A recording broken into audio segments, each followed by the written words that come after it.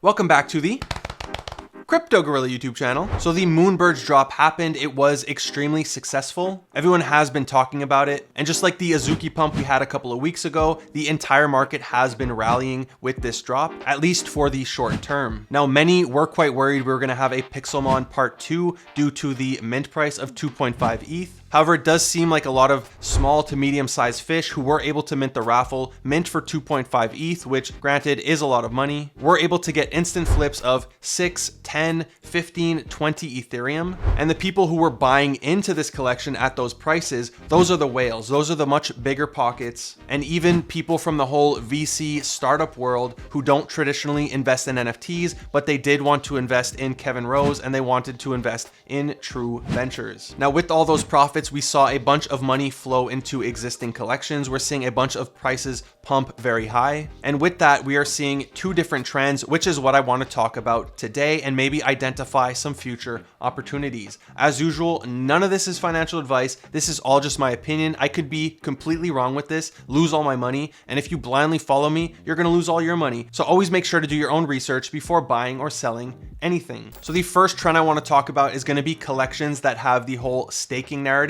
that causes a supply shock. The first of which is going to be Llamaverse. Now, when I originally sold mine, this was around 1 ETH, so I obviously fumbled the bag. It has 7x'd from there. But as you can see, the supply on the market, or at least the number of holders, is going to be 116, and that is because over 90% of this collection is staked, so they're unable to even list it. And if we check buy now, there are only 38 items available for purchase. Similar to that collection, we have God Jira Gen 2. Again, just a couple of weeks ago, these were at 2 Ethereum. Luckily, I did hold on to this one. And earlier today, it almost hit 6 Ethereum. Just like Llamaverse, you could see here only 320 owners, and that's obviously because a bunch of them are staked, so they do not appear on OpenSea. And if we filter by buy now, you could see there are only 45 items for sale. So if people stop undercutting each other, they can make the price go much higher. Now, obviously, these ones have already pumped, so what I'm trying to do is figure out which upcoming projects are going to have this whole staking narrative.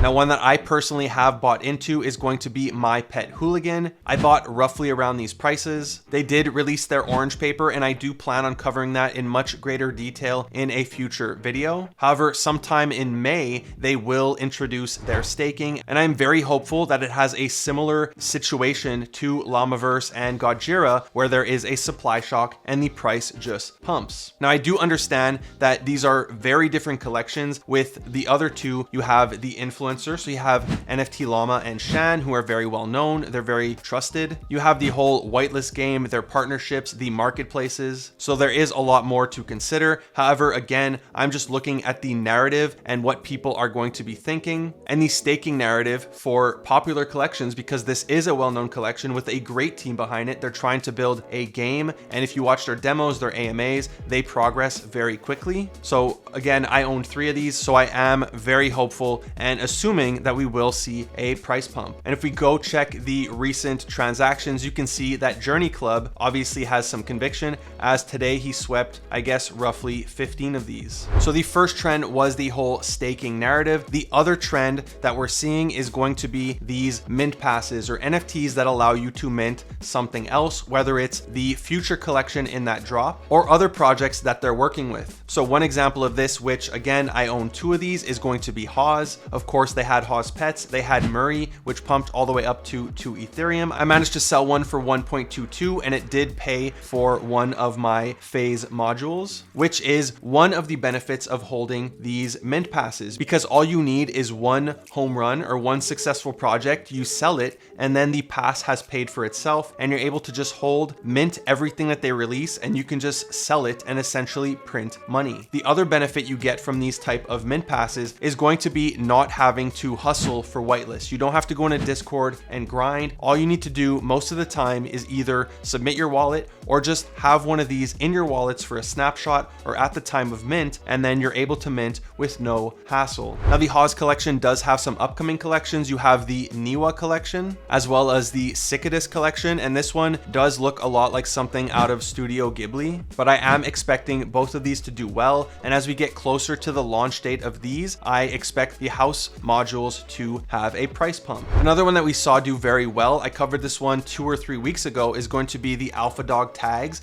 Granted, this is a very different kind of collection. Here they have partnered with artists who are very well known. The mint price for this was 2 Ethereum. They are at 21 ETH. I did not get to mint one of these, nor do I own one, and the supply is very low at 100 NFTs, so it is one of the reasons why the price is so high, especially that nobody is willing to sell these. But once again, we have a collection that lets you guaranteed mint future NFTs, and here it's by known artists, and it's gonna let you mint 24 NFTs as well as enter into 24 different raffles. Another one that I spoke about last week in my last video is gonna be the Art of Seasons. When I spoke about these, I believe they're at 0.45 or 0.5. So if you did buy one of these, you have tripled your money. And the reason these have gone up is because it lets you mint their upcoming collection and all future collections from the Renga Factory. If you don't know Renga Factory, their artist is Dirty Robots, and I am a very big fan of the Dirty Robots pieces. Now, I'm not gonna go into great detail on all of these. Of course, everybody knows NanoPass. It had an amazing pump. We have the upcoming PXN, we have NanoPass Phase 2. So I'm just trying to drill in the idea that this is gonna become more and more common because I'm getting approached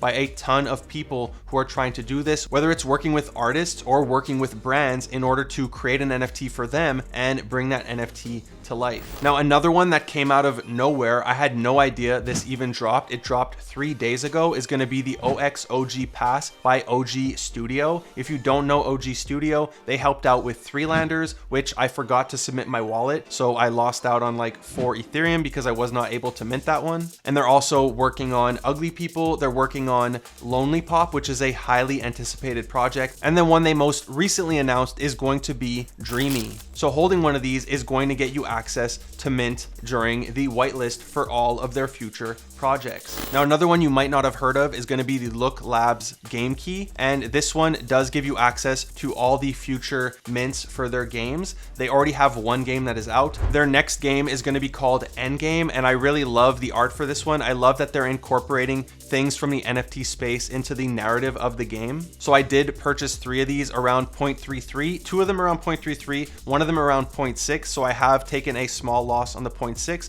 Well, I haven't taken a loss because I have not sold, but you get what I mean. But I do expect them to have a price pump as we get closer to the game and more details come out. So again, not financial advice. I owned 3 of these, so I'm obviously biased and I want them to do well. And as usual, if you pump them, I'm gonna dump them on you. Now, finally, of course, we have NFTs that give you whitelist for their future drop, similar to NanoPass. Here we have Karafuru, and this one is going to give you whitelist for their upcoming 3D drop. So if we look on Twitter, they recently released this animated video for their 3D drop. Here you see the branded Atmos store. He picks up this ball, which is similar to the balls used in the 2D mint, which was a very enjoyable mint process on their website. And of course, what we get from that is going to be the 3D version of their NFT. And I think these look quite good. Of course, we're only seeing one character. I believe there's 10 or 12 different characters in their collection. So I am excited to see what the different characters are going to look like because they have a lot of accentuated features. They have a lot of colors and I want to see how it's going to be represented. And of course, this is all in collaboration with Hypebeast and Atmos. So the price of the 2D collection has pumped from, I believe it was roughly around 2.2 all the way to 3 Ethereum. And that is because these will give you whitelist for the upcoming 3D collection. Now the total supply is going to be 10K. So there's going to be more than just the 5,555. So there are different opportunities to get whitelisted. However, I do expect it to do well for a variety of reasons. One, the brand of Karafuru is very well known. It's often brought up in potential blue chips alongside projects like Threelanders. 2, I personally really like the art for this collection. Not every single character I identify with, but I think due to the variety of characters, everyone is able to find at least a couple that they really like. And I love the colors that they use for this collection, especially on the website where you get to see all of the different characters together. And the third reason, of course, is going to be just due to the floor price, seeing a pump like this and the 2D version being at 3 ETH. I do have expectations of the 3D one having at least a decent floor price. So I know when I look at roadmaps, I do say I don't want to hear about the Gen 2 collection because they haven't even delivered on Gen 1. However, it does seem like this whole minting pass narrative is something that people really want as a utility for their NFT. Even the latest one, Moonbirds, is going to have both of these. It's going to have staking in the form of nesting, and they're encouraging you not to delist your NFT by having more benefits the longer you nest. And if you list on OpenSea, on LooksRare, if you list anywhere, it's going to automatically unnest your NFT. And then I assume you're going to have to restart from zero.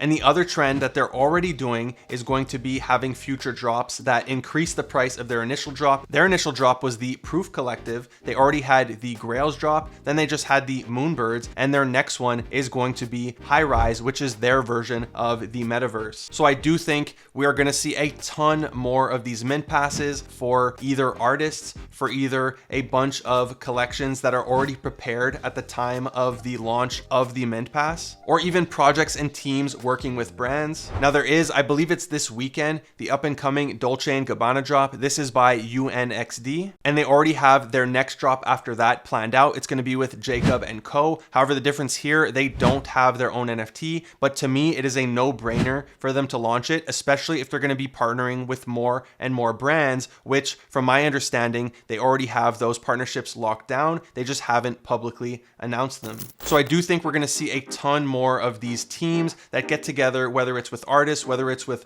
brands, and they're going to be launching their own NFT because they could raise the capital. They could use that money to empower a team, launch more collections, and then just make a commission off of those future collections. And us as the buyers, we're just going to eat all of that up. That's it for today's video. If you enjoyed it, be sure to give it a big thumbs up. It really helps my channel grow. And the more of a channel grows, the more access I'm going to get to different projects. Also, I know I haven't been posting as much lately as I usually do. I've been posting once every 7 to 9 days. However, I do plan to post a lot more videos and much shorter videos, either just giving my opinion on what's trending or going into greater details on either one collection that's upcoming or collections that have already dropped that I believe in. So if you like that, if you want to see more, if you aren't already subscribed to my channel, be sure to hit that subscribe button, punch that notification bell in the face. Thank you for watching the Crypto Gorilla.